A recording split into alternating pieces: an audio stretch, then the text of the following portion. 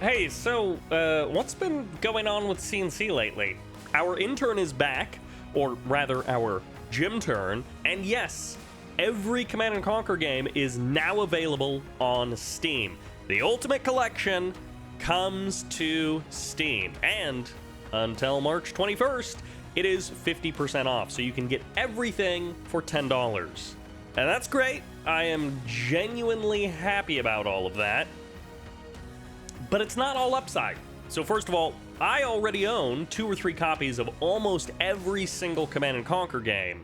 I might actually own 4 copies of Red Alert 2, and I'm kind of fine with that, but Jim Turn's post doesn't mention a way to get discounts or credits for owning the Ultimate Collection on the EA app. You have the same product on a different app, and now you have to repurchase it again over here. So you'll have a physical copy, maybe you have the first decade, now you've got the Ultimate Collection on EA, now you have the Ultimate Collection on Steam. It would be nice if you could port your purchase over to Steam rather than paying another $10 for games you already own. If you do own some of the titles through Steam, you do get a discount because Command & Conquer games are now all part of the bundle. And that's specifically why the price came down on all of the Command & Conquer games on Steam a couple of days ago. So if you didn't know, before the Ultimate Collection released on Steam, for a brief moment, EA made it actually cheaper to buy CNC. Tib Wars and Kane's Wrath were $2 each instead of $20, but now it's back to spending $20 for the whole Ultimate Collection, or if you buy it on sale, $10, sure, but also because it's part of a bundle,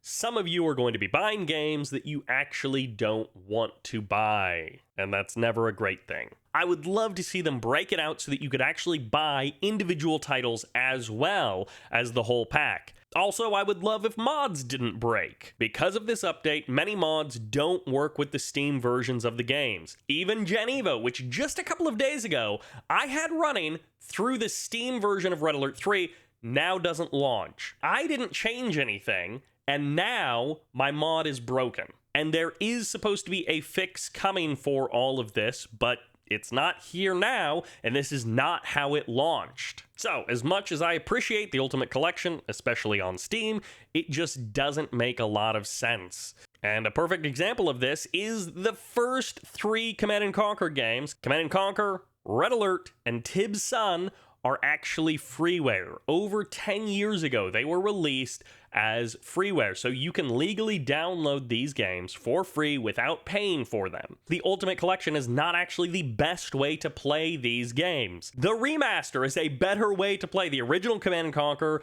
and Red Alert. OpenRA is also a better and free way to play all of these games, and the OpenRA team is working on a version of Tib's Son. So hopefully soon, you'll be able to play Dune 2000, Command & Conquer, Red Alert, and Tiberian Sun all on OpenRA without ever paying a dime, which means the first 3 items in this catalog, and for most people the last one, are irrelevant. Okay, so that's 4 of the games, but what's next? Red Alert 2 and Yuri's Revenge. Possibly the most popular CNC ever made, kind of like the old games. This version, out of the box, may or may not work. So you buy Red Alert 2, but then you need to actually head over to CNCnet and download their version. Run their installer, and now for skirmish and multiplayer, just launch their version.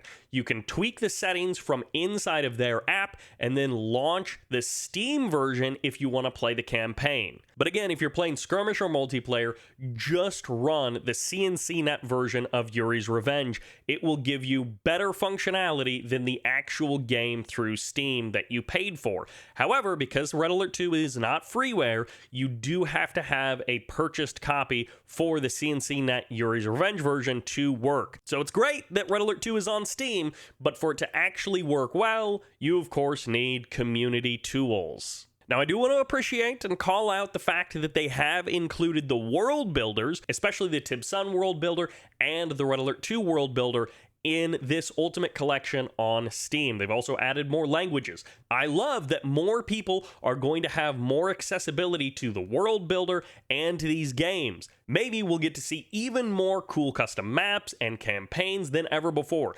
Great! But like many of these older titles, not just from EA, not just Command & Conquer, all old games, you often need extra community-made tools to get them to actually work correctly. What you buy is not necessarily actually functional today and in the future. You're paying for something that you need someone else to fix for your purchase to actually work. And that's the part that always drives me crazy. Okay, we're out of the 2D Command & Conquer games. We're into the 3D Command & Conquer games. We have Renegade. I was able to use the settings tool to set the resolution before the game launched, so it actually looked correct on my screen, but then I couldn't leave the main menu. No matter what button I clicked on the main menu, the game would crash. Even if I just tried to go into settings, the game would crash. You once again head over to CNCnet, get the W3D tools, the Tiberian Technologies patch, and that fixed it right up. I was then able to launch the game either through Steam or through the Tiberian Technologies launcher, and Renegade seems to work just fine. If you want to play Renegade multiplayer, you definitely need to check out the guides on CNCnet and W3D. That is the place to go. Out of the box, 0 Hour did run for me. It was limited to 4:3 resolutions, but at least it did run. I could play a game. And like basically everything else Command & Conquer, if you want it to be good, you need a third-party community tool. In this case, Gen Tool. You probably also want the HD toolbar or the Pro toolbar. If you want to play 0 Hour online, you're going to need Gen Tool, and you're going to need either CNC Online or one of the LAN emulator clients. Okay, so apparently the March 9 update for Steam Command & Conquer fixed the compatibility with Gen Tool. But apparently, Steam Ultimate Collection owners cannot play online with First Decade CD owners or Origin/EA Ultimate Collection. So one step forward, one step back. And for all of the remaining games, Tib Wars, Kane's Wrath, Red Alert 3, Uprising, Tib Twilight, these were all already available on Steam. So if you had them, it should kind of work. Again, your mileage with mods will vary. Hopefully that gets fixed soon. If you have a QHD or an Ultra HD monitor, you may want to step down your resolution when you first launch the game. You can eventually get everything running at 4K, but sometimes that first launch, it's easier to do at a lower resolution. Originally, I was going to make a silly little video about why Steam suddenly had updates for Command & Conquer games, but this is so much more of a peak and valley kind of thing. The Ultimate Collection is out, and that is a good thing overall. It seems like there are more people playing Command & Conquer now than there have been in the last couple of years, and the convenience is nice. Personally, I like having all of the Command & Conquer stuff on Steam rather than having a couple of things split off to the Origin or the EA app, but I don't know that it actually makes sense for most people to buy the Ultimate Collection on Steam. Most of us already own multiple copies, and this version does nothing to fix a lot of the inherent problems with these old Command & Conquer games. So I mean, if you already own the Ultimate Collection on the EA app, you should probably just save your money. Also, this may be the Ultimate Collection, but it is still Command & Conquer, so it does still have that Command & Conquer jank. Look at these screenshots. What game is this? This is not Red Alert 2. This is something else. And what mission is this? Why do the Allies have flak cannons? Or in this Red Alert 3 screenshot, what is that Allied MCV? That's not an MG turret, and the War Factory is, I think, correct, but what are these tanks over here?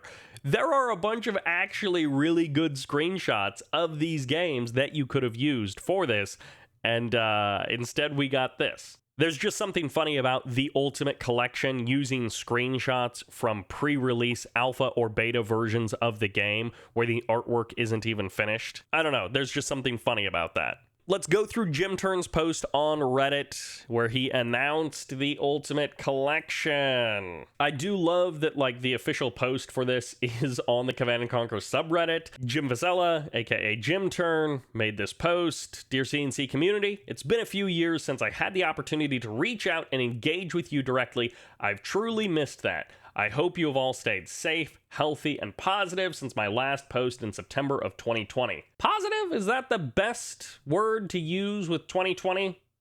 I realized many of you have been wondering about the status of Command & Conquer over the past several years. Well, we've been wondering about the status of desktop Command & Conquer. We know the status of mobile Command & Conquer. We know that status. That We keep getting reminded of that status. After the launch of the first CNC Remastered collection, I told our community council, first? The first CNC Remastered collection? Jim. No. Come on, Jim. Don't tease us, Jim. Jim. Don't give us false hope. Don't lie to us. Now, to temper expectations, no one should expect a Tibsun Red Alert 2 remaster.